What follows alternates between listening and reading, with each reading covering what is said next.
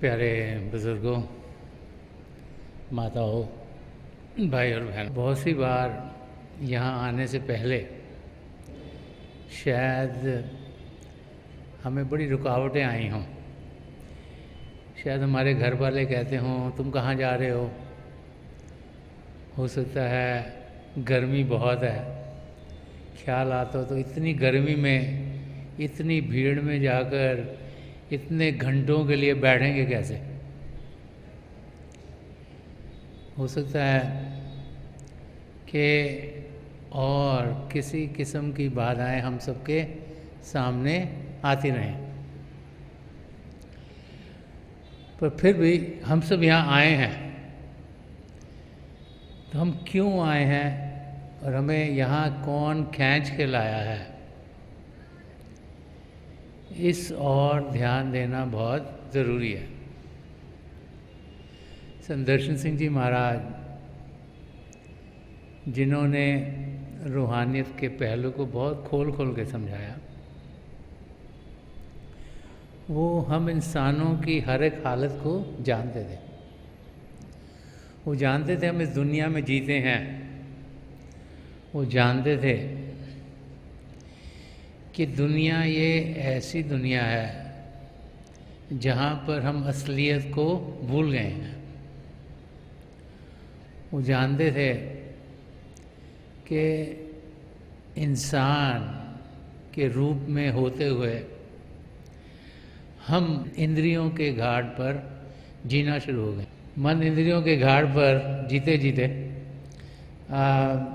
हम अपने आप को सिर्फ वही समझ बैठे हैं जो कि हम अपनी इंद्रियों के ज़रिए ज़हन करते हैं। जो कुछ आँखों से देखते हैं उसे असली समझ बैठते हैं, जो कानों से सुनते हैं उसे असली समझ बैठते हैं, और जो बाकी इंद्रियों के घाट पर जो हमें एक्सपीरियंसेस होते हैं, अनुभव होते हैं, उनको ही असली समझ बैठते हैं। और ऐसी ज़िंदगी जीते जीते जीते हम सब असलियत से बहुत दूर निकल आए हैं। तो संदर्शन सिंह जी महाराज चाहते हैं कि हम असलियत को जानें। वो चाहते थे कि हम जिस लक्ष्य से यहाँ आए हैं उसको भूलें नहीं। तो एक जगह संदर्शन सिंह जी महाराज ने जो इंसान की ज़िंदगी है और जिसमें से हम गुज़र रहे हैं, उसमें हम सब की क्या हालत है उसके बारे में समझाया। फरमाते हैं कि गमे दौरां कि जो दुनिया का दौर है जिसमें हम जी रहे हैं, कि गमे दौरां ने धुंधला कर दिया था आईना दिल का। कि गमे दौरां ने धुंधला कर दिया था आईना दिल का, तुम्हें देखा तो फिर भूला हुआ अफसाना याद आया। कह रहे कि दुनिया में हम आए, हम इस शरीर में जी रहे हैं। प्रभु ने बड़ी दया मेहर की, हमें ये मानव चोला दे दिया। 84 लाख जिया जुन में से किसी भी चोले में हमारी आत्मा हो सकती थी, लेकिन प्रभु ने बड़ी दया करी, ये मानव चोला दे दिया। और इस चोले में आकर हमने क्या किया कि दुनिया की चीज़ों में धंस गए।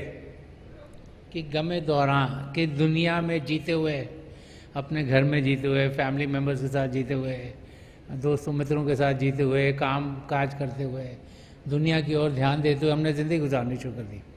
तो हमें जो चीज़ें आंखों से दिखती हैं लगता है ये असली है, जो खूबसूरत लगता है उस और इंसान खींचा चला जाता है, जो सुनने में अच्छा लगता है हम उस और ज़्यादा समय स्पेंड करते हैं, जो सूंघने में अच्छा लगता है वही सुगंध अच्छी लगती है, जो खाने में अच्छा लगता है वही खाते हैं, वो स्पर्श की इंद्रिय है।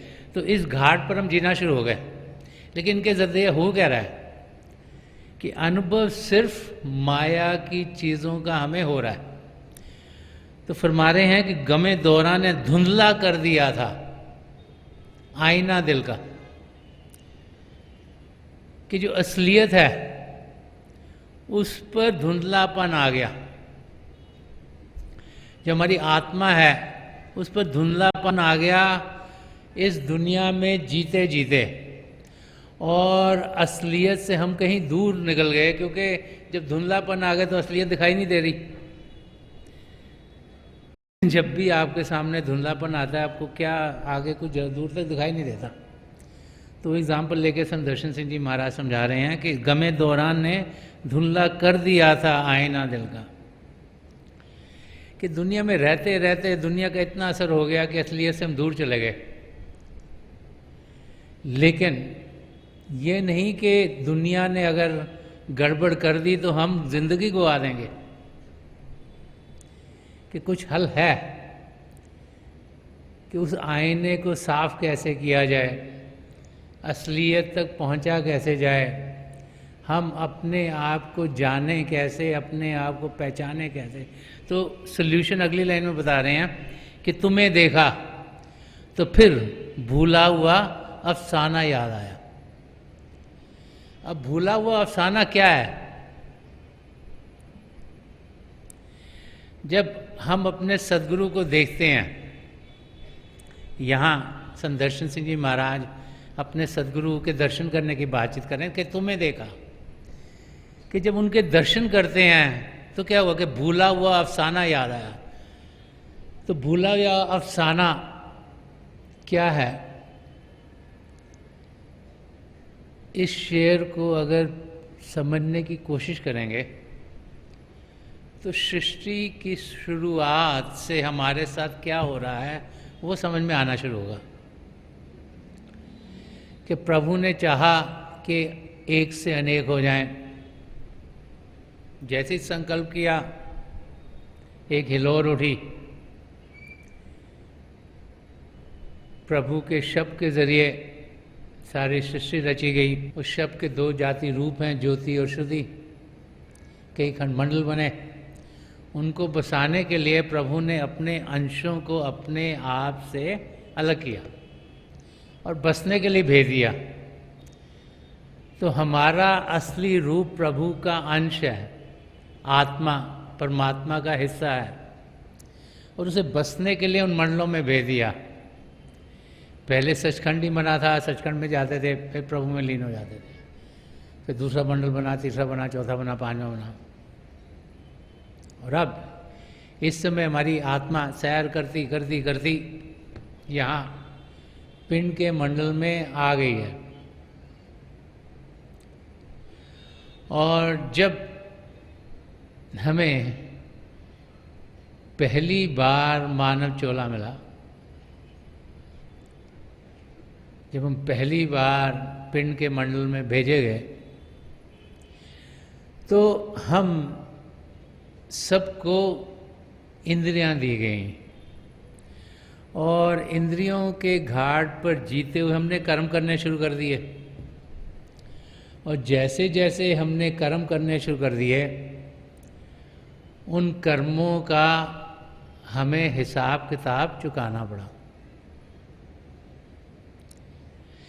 जितना ज़्यादा दुनिया की चीज़ों में धंसते चले गए, उतना ही हम 84 लाख जिया जून के चक्कर में फंसना शुरू हो गए। फिर उसके बाद एक योनि में गए, दूसरे में गए, तीसरे में गए, डिपेंडिंग ऑन किस किस किस्म के कर्म किए थे। और फिर प्रभु ने फिर दया करी कि एक माना चोला दे दिया, और उसमें वो सब पदार्थ दिए कि हम वापस प्रभु में लीन हो सकें। तो संत दर्शन सिंह जी महाराज फरमा रहे हैं कि दुनिया में आकर धुंधलापन हम सब ने क्रिएट कर लिया, दुनिया के साथ लगाव करके, दुनिया के साथ जुड़ के, अपना ध्यान दुनिया की ओर करके। और वो समझा रहे हैं कि जब हम एक पूर्ण महापुरुष के दर्शन करते हैं तो क्या होता है कि उनकी नज़रों से हमारी नज़रों तक, उनके दिल से हमारे दिल तक, उनकी आत्मा से हमारी आत्मा तक जब कांटेक्ट होता है, तो फिर मन माया के पर्दे हटने शुरू हो जाते हैं। और जब मन माया के पर्दे हटने शुरू हो जाते हैं तो असलियत क्या है वो हमारे सामने खुलनी शुरू हो जाती है। और तब हमें अनुभव होता है कि हम तो प्रभु के अंश हैं और प्रभु ने हमें इस धरती पर प्रेम करने के लिए भेजा है। ये किसी शायर ने फरमाया हुआ है कि दर्द दिल के वास्ते पैदा किया इंसान को, कि प्रभु ने प्रेम करने के लिए भेजा है, किसी के दुख दर्द में हिस्सा बटाने के लिए भेजा है, किसी की मदद करने के लिए भेजा है, किसी का ख्याल करने के लिए भेजा है और असलियत में प्रभु से प्रेम करने के लिए भेजा है। तो कहते हैं कि वरना ताहत के लिए कुछ कम ना थे करो भी यहाँ के, इंसान को प्रभु ने प्रेम करने के लिए भेजा। और संदर्शन सिंह जी महाराज ये समझा रहे हैं, तुम्हें देखा तो फिर भूला हुआ अफसाना याद आया, कि जो रियलिटी है कि पिता परमेश्वर ने हमें अपने आप से अलग क्यों किया, क्योंकि वो चाहते थे उन्हें प्रेम करने वाले कोई हों। तो प्रभु ने अपने आप को अलग हमसे किया ताकि हम प्रभु से प्रेम कर सकें, और हम वो भूल गए क्योंकि हम इस दुनिया में आकर दुनिया से प्रेम करना शुरू कर देते हैं। हम सोचते हैं कि शायद शरीर अपना असली रूप है, इसको सही रखने में लग जाते हैं। हम सोचते हैं शायद ये रिलेशनशिप जो हमारे हैं ये बहुत बढ़िया हैं, वो सारा समय उनमें लगाना शुरू कर देते हैं। सोचते हैं शायद कुछ कमाएंगे दुनिया में तो हमें सहूलियत हो जाएगी, चीज़ें मिलेंगी, बहुत आराम से जिएंगे, उधर लग जाते हैं। तो दुनिया की चीज़ों में व्यस्त हो जाते हैं, और वो समय जो हमें प्रभु से प्रेम करने का मिला है, वो जो अफसाना है, जो प्रेम का अफसाना है, जो आत्मा का परमात्मा से प्रेम करने के लिए जिसके लिए हमें भेजा गया, उस और हम ध्यान नहीं देते। लेकिन जब हम एक पूर्ण महापुरुष के चरण कमलों में पहुंचते तो क्या होता है, वो हमें असलियत समझाते हैं और दर्शाते हैं। उनके दर्शनों के जरिए मन माया के पर्दे दूर होते हैं। उनके सत्संगों में पहुंचकर असलियत क्या है उसकी हमें जानकारी मिलती है। जब वो नाम की देन देते हैं, वो यहाँ शिव नेत्र पर बैठ जाते हैं ताकि हम उनकी और बढ़ें और उनके प्रेम का हम अनुभव जहाँ भी उन्हें मिलते हैं, चाहे बाहरी रूप में मिलें चाहे अंदरूनी रूप में मिलें, उसे हम हर पल पाते हैं, ताकि जो प्रभु का प्रेम है उसकी हमें कोई झलक मिल सके। इस दुनिया में कहा गया है कि एक पिताजी का प्रेम जितना बच्चों के साथ होता है उससे 100 गुना ज़्यादा एक माता का प्रेम बच्चे से होता है, और कहा कि जो परमात्मा का प्रेम है वो उससे भी 100 गुना ज़्यादा माता के प्रेम से, और जो गुरु का प्रेम है वो प्रभु के प्रेम से भी 100 गुना ज़्यादा, कि उस प्रेम के ज़रिए हम प्रभु तक पहुंच सकते हैं। और उस प्रेम को अनुभव करने के लिए ही उन महापुरुषों को यहाँ भेजा जाता है, ताकि हम जो प्रभु के प्रेम को भूल गए हैं उसका हम अनुभव करें। जो अफसाना है, जो प्रभु से प्रेम करना है, प्रभु को पाना है, प्रभु से एक में होना है, 84 लाख जिया से छुटकारा पाना है, उस रास्ते की ओर हम कदम बढ़ा सकें।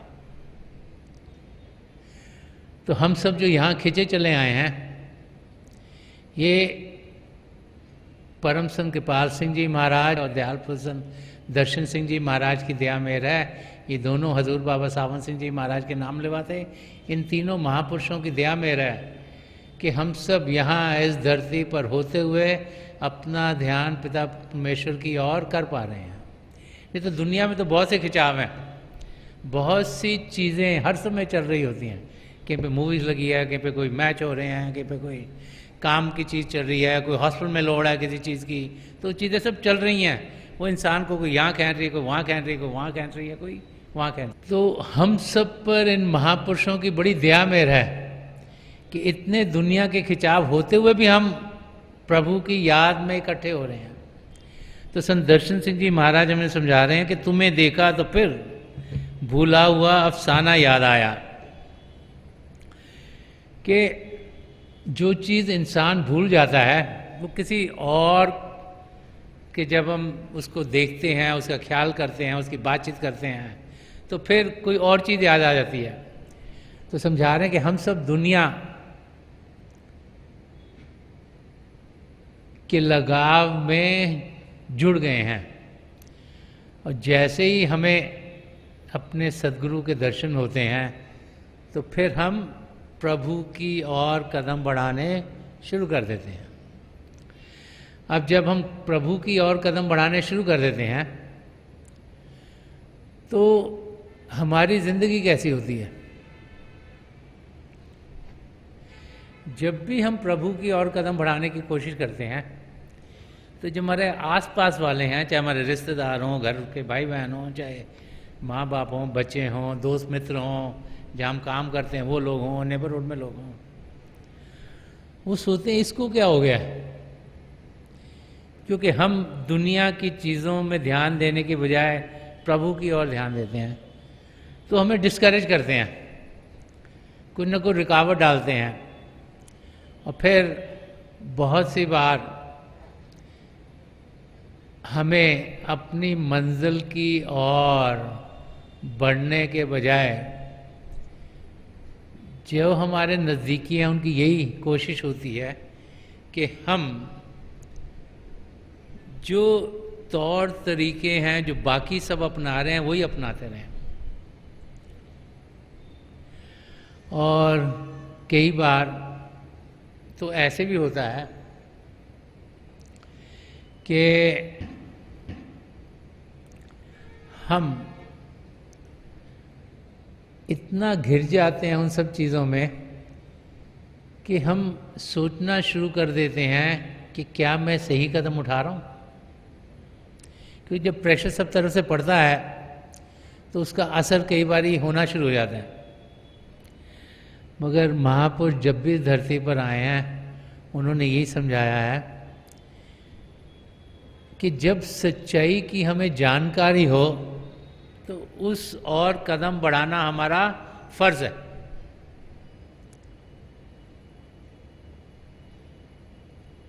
हमें जो सच लगता है उस ओर बढ़ना ज़रूरी है, तभी हम अपनी मंजिल को पा सकेंगे।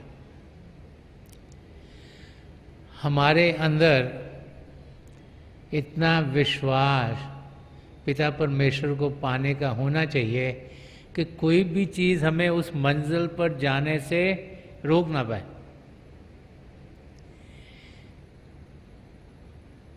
एक जगह संत दर्शन सिंह जी महाराज ने फरमाया है कि किस किस्म की स्टेट एक सच्चे इंसान की होनी चाहिए। अब संत कृपाल सिंह जी महाराज की ज़िंदगी की ओर देखते हैं तो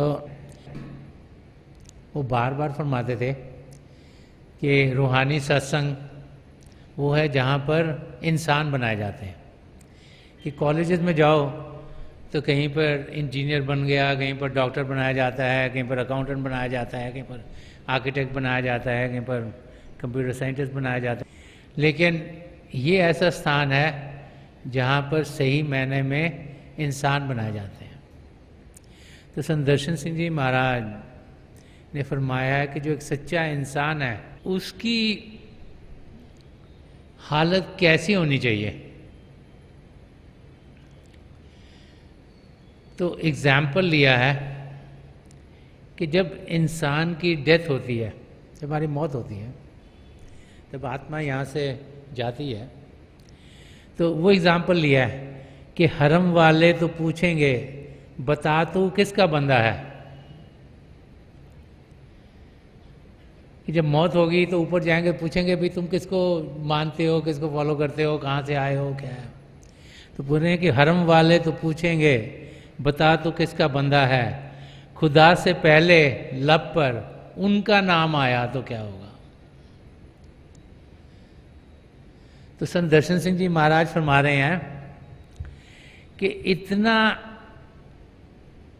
विश्वास, इतना प्रेम हमें अपने सद्गुरु से होना चाहिए कि जब हमसे पूछा जाए कि हम किसके बंदे हैं तो खुदा से पहले लब पर उनका नाम आया तो क्या होगा। कि हम ये जाने कि हम किससे प्रेम करते हैं, किससे लगाव करते हैं, क्योंकि उनके ज़रिए हम पिता परमेश्वर को पा सकते हैं। जैसे कबीर साहब ने फरमाया कि गुरु गोबिंद दो खड़े किसके लागो पाए, कि बलिहारी गुरु आपने जिन गोबिंद दिया बताए। तो सेम चीज़ यहाँ पर संदर्शन सिंह जी महाराज फरमा रहे हैं कि प्रभु ने हम पर बहुत दया मेहर की कि हमें ये मानव चोला दिया। अब एक पूर्ण महापुरुष जब हमें दया मेहर करते हैं तभी हम अंदरूनी आँख को खुलवा पाते हैं और अंदर की दुनिया में बढ़ने के लायक होते हैं और प्रभु के जलवों को अनुभव करना शुरू कर देते हैं, असलियत की जानकारी पाते हैं। और जैसे जैसे उस असलियत की जानकारी पाएंगे हम देखेंगे कि हमारे कदम तेज़ी से हमें अपनी मंजिल की ओर लेके जाएंगे। हम इंसान के रूप में एक आत्मा है, वो आत्मा जिसका मकसद प्रभु से जुड़ने का है, जिसका मकसद प्रभु को पाने का है, जो प्रभु से एक में होने के लिए ही इस रूप में भेजी गई है। तो हमें उस स्टेट को अपने सामने रखना है और उस मंजिल की ओर कदम बढ़ाते चले जाने हैं। हर एक चीज़ जो हमारी ज़िंदगी में होती है प्रभु की रज़ा में होती है।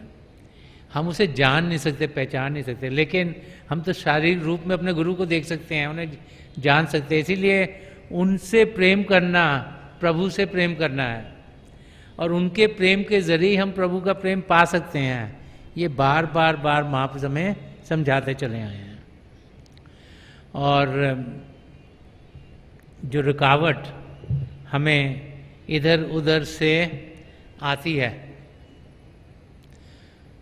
उसके बारे में भी संदर्शन सिंह जी महाराज ने बहुत कुछ कहा है।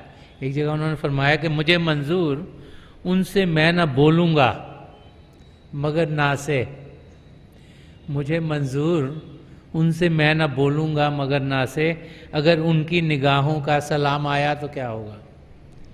हम सब सोचते हैं हम ही आते हैं, हम बुलाए जाते हैं। ये तो हम सब पर हजूर बाबा सावन सिंह जी महाराज, परम संत कृपाल सिंह जी महाराज, दयालपुर संदर्शन सिंह जी महाराज की दया मेहर है कि हम सब यहाँ इतनी गर्मी में यहाँ इकट्ठे हुए हैं। हम दूर दूर से यहाँ आए हुए हैं। तो रुकावटें बहुत सी हैं, ये उनका प्यार है जो हमें यहाँ खींच के लाता है। और उसी के बारे में वो कह रहे हैं कि अगर बुलावा हमें आएगा तो फिर हम रुक कैसे सकते हैं। अगर उनकी निगाहों का सलाम आया तो फिर हम तो कोई नहीं ना होते बोलने वाले, हम नहीं आएंगे जी, हमको तो जाना पड़ेगा। तो जो असलियत है अपनी ज़िंदगी की प्रभु की ओर खिंचने की, उसको यहाँ संदर्शन सिंह जी महाराज खोल खोल के समझा रहे हैं। हम लोग दुनिया में जीते हुए दुनिया के तौर तरीकों को असली समझते हुए वैसी ज़िंदगी जीनी शुरू कर देते हैं, लेकिन महापुरुष जब भी इस धरती पर आते हैं हमें समझाते हैं कि ज़िंदगी कैसी होनी चाहिए। एक जगह और संदर्शन सिंह जी महाराज ने फरमाया है, तो फरमा रहे हैं कि मंजिल दैरो हरम से मुझे मतलब क्या है, मेरी मंजिल तो वहाँ है, तू जहाँ है दोस्त। कि जब एक पूर्ण महापुरुष की नजर करम हम पर पड़ती है तभी हम अपनी मंजिल पर जाने के लायक होते हैं। उनकी दिव्य दृष्टि पड़ती है तो ये शिव नेत्र खुलता है, ये 10वां द्वार खुलता है तो हम अंदर के मंडलों में उड़ान करने के लायक होते हैं। नहीं तो सारा ध्यान दुनिया की चीज़ों में लगा रहता है। और दुनिया में इतनी अट्रैक्शंस हैं कि हर पल हर क्षण कुछ ना कुछ हमारे अंग संग लगा रहता है। ये नहीं कि एक काम करेंगे दूसरा खत्म हो गया, दूसरा करेंगे तीसरा खत्म हो गया। वो कुछ ना कुछ दुनिया में हमें खींचते ही रहता है, कुछ इस तरफ कुछ इस तरफ कुछ इस तरफ कुछ उस तरफ। कि एक जो सच्चा शिष्य है उसको क्या चाहिए कि वो वहाँ हो जहाँ उसका मुर्शिद उसे मिले।